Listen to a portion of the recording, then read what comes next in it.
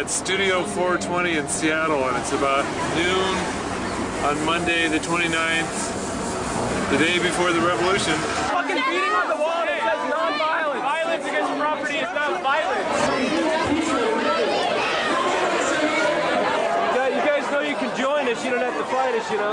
Microsoft, Boeing, Bank of America, US Bank, Fidelity Investments, all of those companies who had their shit fucked with on that day had invested in the WTO meetings, and they paid for the meetings to be in Seattle. Like those meetings cost millions of dollars. The money came from somewhere, and it wasn't the US government. The money for those meetings came from those corporations, and that's why people targeted those corporations on that day. I'm here because I heard 50,000 other people were going to be here, and I figured even if they're out here protesting in a way that I don't like, advocating reform or abolition of some particular institution, at least there are 50,000 people that really care and are worked up about something, and hopefully we can come out here and give them a shove in a little more radical direction. And it's a hell of an opportunity to show that the problem with the WTO is the same problem that all the institutions that fill our lives are guilty of. There's people other than ourselves in control of our lives.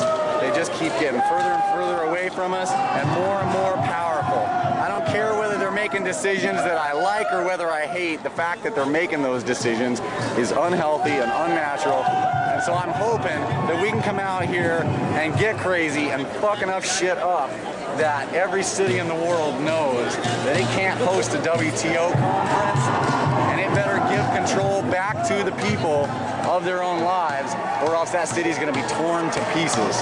Vandalism is vandalism. Destruction is destruction, whether it's of lives or property. It's not acceptable. What do you think of the Boston Tea Party? I thought it was wonderful. The fact that like someone like Bill Gates can have as much money and stuff as he does while others are starving is just so extraordinarily absurd that it should just seem obvious to everyone that we need to dismantle private property, and that begins by breaking the spell. And that's what a smashed window does.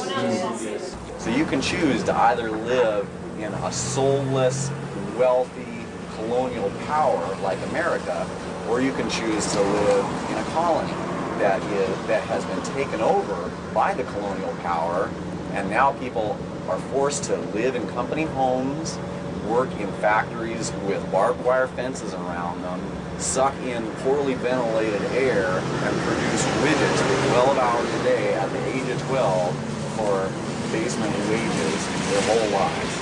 You see this neighborhood as an oasis from it? Both an oasis from it and a staging point for one part of a revolution against that whole system.